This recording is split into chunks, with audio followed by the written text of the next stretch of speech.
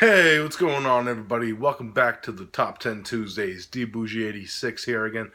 Yes, I know it's been a while since I did a Top 10 Tuesday.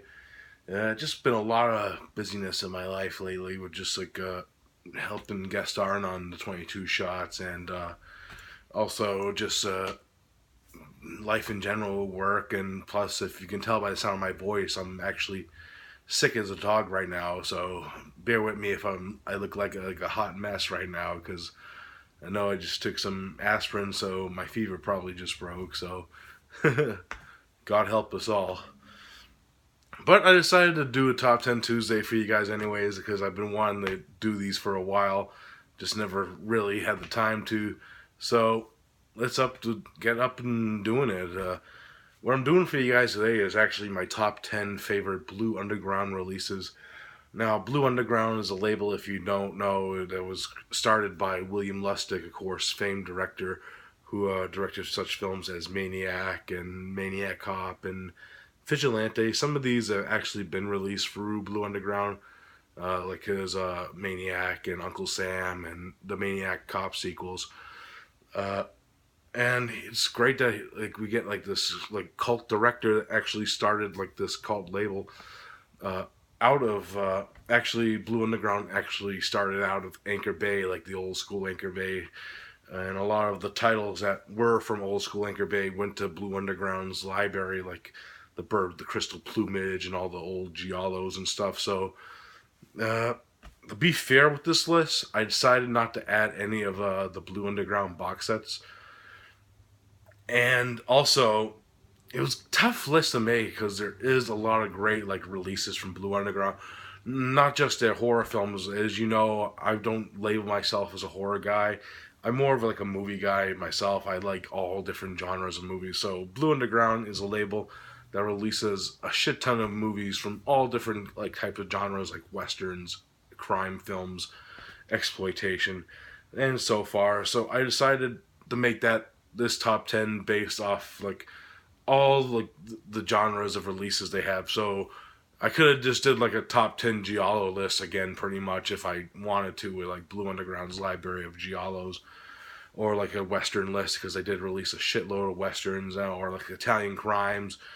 So I decided to just do like compile like the 10 that I watch the most out of certain genres that they release, and it worked out to the best. Of course, there are some films that you'll probably not see on this list, like I said, like the Blind Dead films, because I have them in the box set. I didn't want to include it just because that's a very tough set to like, but not put at number one because it's just amazing. But I do recommend that if you haven't picked that up. It's an amazing set, and like certain other things, like a few like other giallos that I really love. I wanted to talk about a few other films, so it was tough to like just throw like those away, but it happens because there's a lot of genres that Blue Underground represents. So other than that, speaking of which, let's just get right into this top 10. First up is actually a spaghetti western, yes, and it's called Manaja, the Man Called Blade. Yes, if you haven't seen this, this is a really fucking fun spaghetti western. Of course, directed by Sergio Martino, who's one of my favorite Italian directors of all time. A very underrated director and talks with like great Italian directors. He directed shit tons of like different genre films, including like westerns and of course giallos, and of course he even did a few creature features that I really enjoy, like screamers and stuff. So yeah, this is a very fun film. If you a fan of spaghetti westerns, I highly recommend Manjana, the Man with the Blade. Really fun stuff. I really like. Uh, I'm gonna probably butcher the hell out of this guy's name. Uh, Maurizio Morelli, I believe that's how you pronounce that. But he's badass in this film where he carries this giant hatchet and does some damage with it. Really fun film. So Manjana, the Man Called Blade at number 10.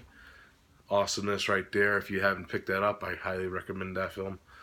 Number 9, we actually have a film from William Lustig, ironically, and it's also my favorite film that William Lustig ever directed, and that is Vigilante, of course.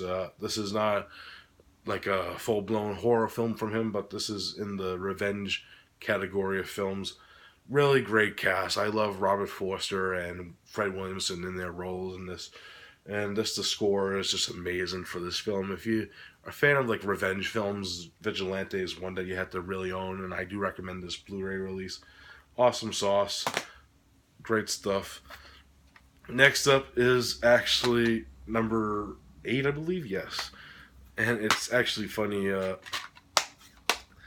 Actually, just saw this film for the first time like last year, and it's a really fucking phenomenal film. Of course, this is an Italian crime film directed by Enzio Cascarelli, and that is the Heroinebusters. Yes, just love everything about like the story of this and the cast. We got David Hemmings from Deep Red and Fabio Tessi do a tremendous job in their roles. And another good thing about this film, the score by Goblin's phenomenal. I really enjoy like these Italian crime films, and this is one of the best in my opinion. If you're a fan of like the Italian crime cinema of like Italy, and you haven't seen the Heroinebusters yet, awesomeness right here by Enzio Cascarelli. Good stuff.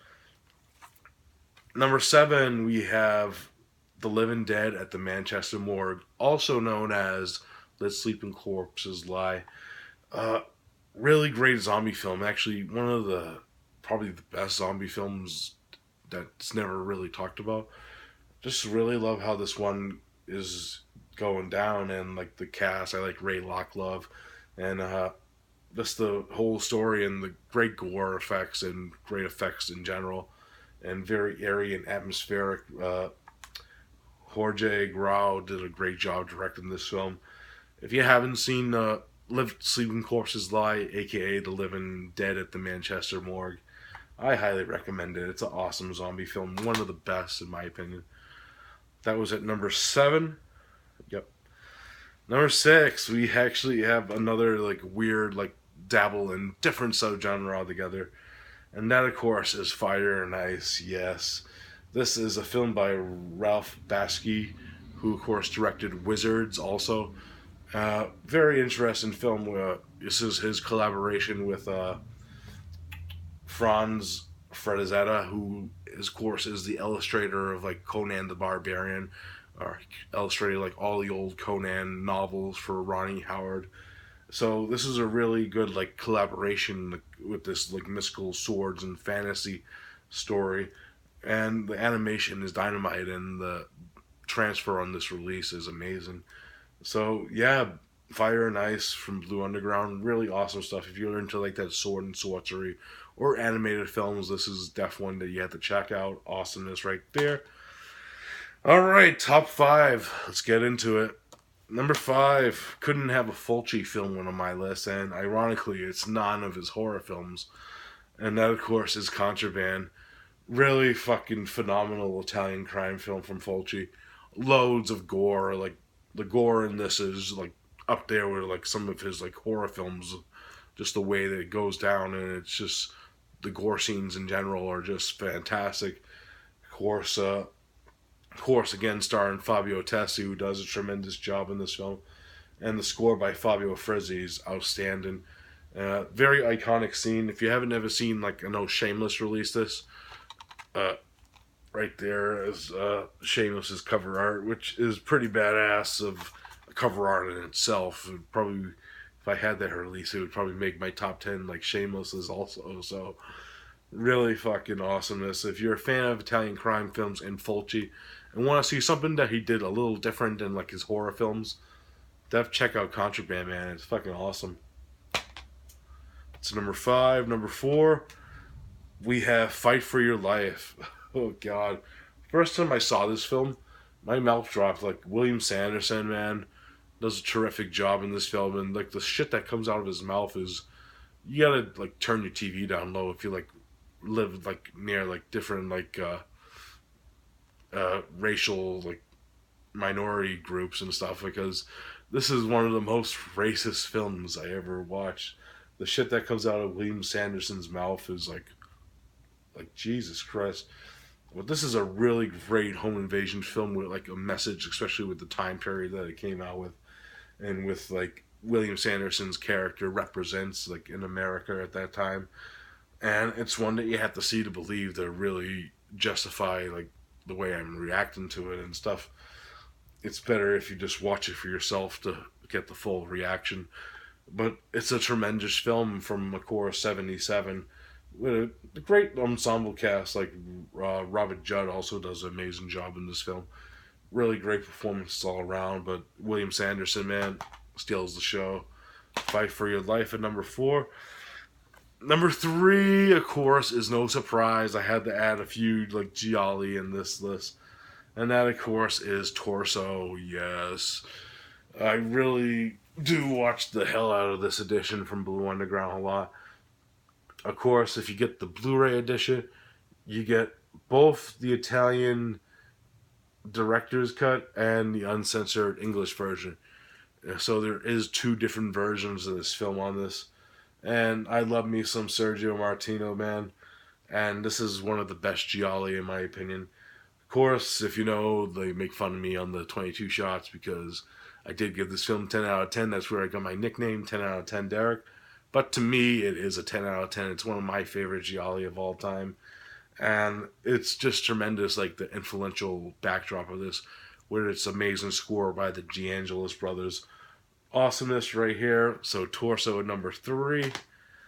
Number 2 is Michelle Soavi film, and that of course is Stage Fright. Fucking awesomeness. I just love the look of the killer of this film. It's just tremendous. I like the sudden like in this like playhouse, and the Simon Boswell score really digs deep in this. Of course, this film is produced by Joe D'Amato and written by George Eastman also. So it was cool to see like some like cool character actors I see in other films like David Brandon, and of course Giovanni Labano Radici is also in this film for a short period of time. Spoiler alert, he's usually the guy who dies in films. If you haven't seen, I think there's only like 2 films I've seen that he survived in. So yeah, so if you haven't seen Stage Fright, I highly recommend it. Awesomeness right here with Aloe Head Killer. That's at number 2. And at number 1, kind of a cheater because it is a double feature, but I love both of these films just enough. I rewatch this double feature all the time. I can't just watch one film in it, I watch both. And that is the double feature Blu-ray release of Bruno Mattei's Hell of the Living Dead, Rats Night of Terror. Fucking super fun film. I just die laughing when I see music by Goblin on the back. Because the music is by Goblin, but on Hell of the Living Dead, but it's not, it's all like reused from like Contamination and Dawn of the Dead, and it's just hilarious, and the use of stock footage is just awesome. And of course, Rats Night of Terror is just a fun as hell killer rat film. Super fun stuff. Of course, if you didn't have this release and you do have the 2 DVD releases, there is a special new interview with that's I think is exclusive for this release actually, with Claudio Fragazzo, with stars Marriage Evan Newton, Franco, wow, and a bunch of stars from both of these films. Like it's a lot of like names and like tongue twisters, so I'm not even gonna. So that's cool that they added like a cool special feature if you are a fan of these films. Plus it has interview with Bruno Mattei on both releases. So good stuff if you're a fan of Bruno Mattei films. He doesn't make the best films in the world, but they're super fun and enjoyable to watch type deals. So yeah, that's at number 1 for me. And yeah, that's it guys. That's my top 10 favorite Blue Underground releases.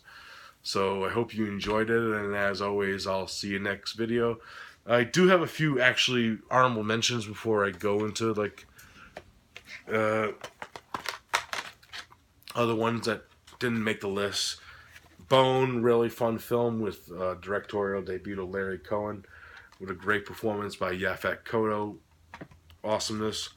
Strip Nude for Your Killer, another awesome one that I watch all the time, of course with Edward Fenix. Good family fun. Another honorable mention, The Killing Hour. Did a review on this and I highly enjoyed this film. It's one that I revisit here and there. It has its own problems, but it's a really fun film for like its character development and good acting.